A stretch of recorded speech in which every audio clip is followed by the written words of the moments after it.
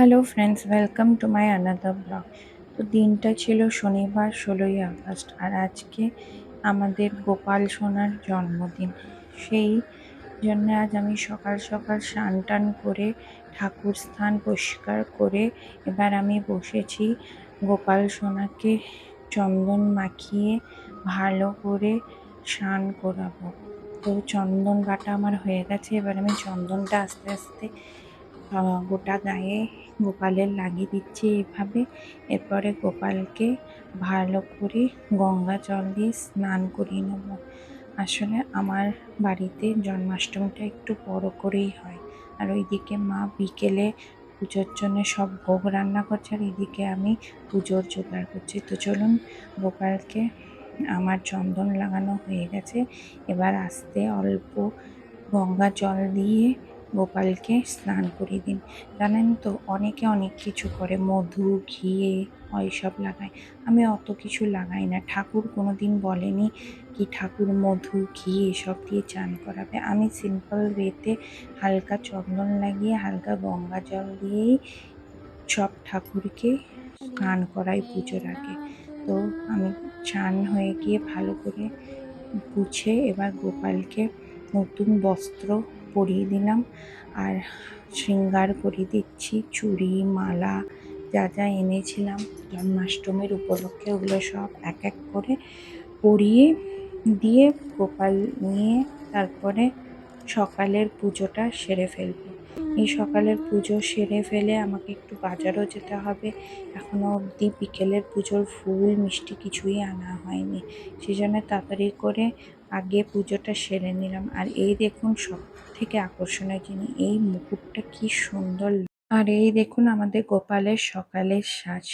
চলুন এবার, বিকেল হয়ে গেছে, আস্তে আস্তে 4টেও বাজছে। এবার আমি আস্তে আস্তে মন্দিরটাকে সাজিয়ে তুললাম। আর এই দেখুন, এইটা গোপালের দোলনা। এটা আমাদের বাড়িতে রাখাই থাকে, জন্মাষ্টমীর সময় এই দোলনাটা বেরোয়। আর এই বছর আমি একটু আলাদা করেই সাজালাম। আমি এই ফুলগুলো ব্লিঙ্কিট থেকে আনিয়েছিলাম। আর পেছনে যে তুলসী গাঁথা একটা মালার মতন দেখছেন, বা যাই বলুন, ফুলের চাঁদনির মতন, ওটা আমি ব্লিঙ্কিট থেকেই আনিয়েছি। আসলে এই নারায়ণ, কৃষ্ণ তো নারায়ণেরই রূপ। তো বলে কৃষ্ণ বা নারায়ণ তুলসী অনেক তাদের প্রিয়, সেই জন্যে তুলসীর পাতার পুরো মঞ্জুরি সাজিয়ে দোলনাটাকে সাজিয়ে উঠলাম। ওদিকে মন্দির সাজাচ্ছি আমি, আর এদিকে আমার বল বেলুন সাজাচ্ছে। তো সেই বেলুনগুলো ফোলাচ্ছিল আর এক একটা করে সাজিয়ে রাখছিল। আসলে গোপালের জন্মদিন মানে তো আমার ছেলেরই জন্মদিন। আমি গোপালকে নিজের ভাই বলুন বা একদম ছেলের মতনই আমি আমার গোপালকে দেখি।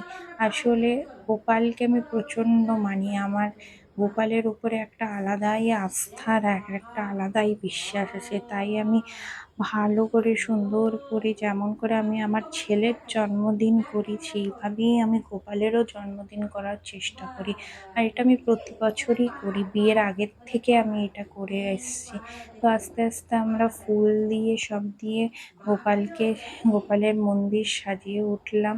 আর এদিকে বেলুন লাগানো হচ্ছে। তো বেলুন লাগানোর পর একটু লাইটও লাগালাম আমরা। তারপরে এবার আস্তে আস্তে গোপালের জামা বের করলাম। বিকেলবেলা গোপালের জন্য আলাদা জামা এনেছিলাম। তো যেখানে গোপাল বসবে ওখানে আমি লাল শালু লাগিয়ে দিলাম। লাল শালু পেতে এবার চলুন গোপালকে সাজিয়ে তুলি। গোপালের জামা গোপালকে পরিয়ে দিচ্ছি। জামাটা কি সুন্দর না? জামাটা আমার খুব ভাল লেগেছে। আসলে এই জামাটা আমার বর পছন্দ করেছে, বললো এই পিঙ্ক কালারের নাও, ভাল লাগবে। এই বাঁশিটা আমার মাসি দিল, বললো আর জন্মাষ্টমীতে তো গোপালকে কিছু দিতে হয়, তো এই বাঁশিটা কিনে এনে দিয়েছে। আমি সেই বাঁশি, মালা, জামা, চুড়ি, মুকুট যা যা ছিল সব দিয়ে আস্তে আস্তে করে ইয়ে করেছে। আর এই মুকুটটা যেন অপূর্ব সুন্দর। এই মুকুটটা পরলে আমার গোপু সোনাকে যেন আরও রাজার মতন লাগছে। এই মুকুটটা আমার দেখে দেখাতে পছন্দ আমার গোপালের জন্যে।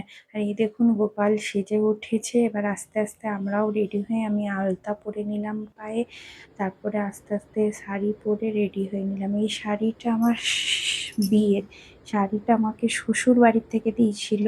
আমি অষ্টমঙ্গলাতে পরেছিলাম আর আজ পরলাম। তো বলবেন আমাকে এই শাড়িটা পরে আর সাজুগুজু করে কেমন লাগছে। চলুন, রেডি হয়ে গেছি। এবার আস্তে আস্তে মায়ের বানানো সব ভোগ সাজিয়ে নিয়ে আমি রান্নাঘর থেকে প্লেট নিয়ে এসে আস্তে আস্তে যত রকমের মা ভোগ বানিয়েছিল, তালের বড়া, পোলাও, ছানার ডালনা, পায়েস, লুচি সব আস্তে আস্তে সাজিয়ে নিচ্ছি। ওইদিকে মা লুচি ভাজছে আর বাকি মাসিরা পুজোর জোগাড় করছিল। তো আমি ঝট করে ভোগের থালাটা সাজিয়ে ফেললাম। ভোগের থালা আমার সাজানো প্রায় হয়ে গেছে। এবার গোপালকে নিবেদন করছি। তো চলো গোপালকে নিবেদন করে এবার আস্তে আস্তে গোপালের সব ভোগ লাগাই। আমি গোপালকে সব দিই, cold drinks, chips, cake. Gopal তো আমার ছেলের মতন, তো ছেলের জন্মদিন যেইভাবে করি তো তারও জন্মদিন সেইভাবেই করবো। গোপালের জন্য কেক সবই এনেছি। এদিকে ধুনো জ্বালানো হচ্ছে পুজোতে। এবার আমরা প্রায় বসবো।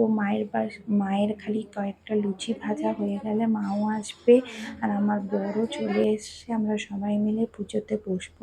আর ইতিমধ্যে আমার ছেলে আর সারা দুপুর ঘুমায়নি, উনি ঘুমিয়ে গেছেন।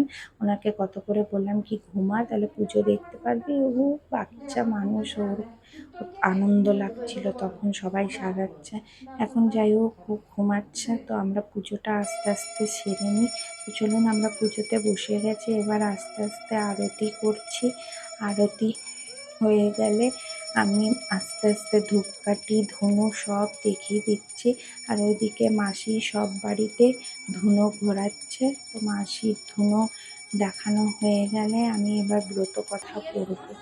মাসি ধুনো দেখিয়ে দিয়েছে, এবার ধুনো দেখিয়ে মাসিও বসবে আর আমরা ব্রত কথা পড়া শুরু করবো। তারপরে আমরা একটু দোলনাও দুলিয়ে নিলাম গোপালের, আর গোপালকে ফুল দিলাম। মা ফুল দিয়ে দিক, তারপরে সবাই ফুল নিয়ে হাতে বসুক, নিয়ে আমি ব্রত কথা পড়া শুরু করব।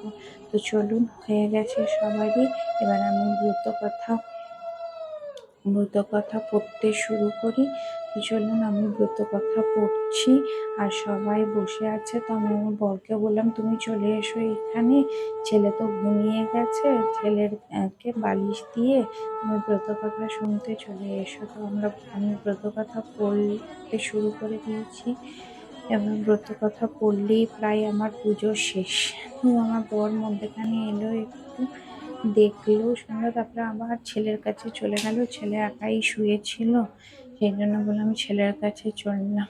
তো আমার প্রায় পুজো শেষ, ব্রত কথাও পড়া শেষ। তারপরে আমরা একটু ফটো সেশন করলাম, হরিবোল করে মজা করলাম। সবাই ছিল, ঘর ভরা লোক। আর এটা আমার ছেলের জামা, যার মধ্যে খালি জামা পরেছে আর কিচ্ছু পরেনি। কৃষ্ণে ঘুম থেকে উঠে গিয়ে ওনার চকলেট চাই গোপালের। আসলে ও তো আমাদের নাড়ুগোপাল বাড়ির, তো ওর ওই চকলেট প্রসাদ খাওয়া মানেই গোপালেরও প্রসাদ চকলেট খাওয়া। দেখো এখানে বসে কেক খাচ্ছে, তারপরে দিদাদের সঙ্গে মজা করলো, নাচছে। আসলে ঘরের লোকজন থাকলে পুজো পাশাতে খুবই ভাল লাগে। আর মাসিরা এসছিল, সবাই এসছিল, ওরও খুব আনন্দ হচ্ছিল। তখন বললাম চল তাহলে একটু মন্দির ঘুরে আসি। আমাদের সামনে এখানে মন্দিরে গোপালের পুজো হয়, দেখুন কি সুন্দর সাজিয়েছে বেলুন দিয়ে, আর ভেতরটা অপূর্ব জুঁই ফুল দিয়ে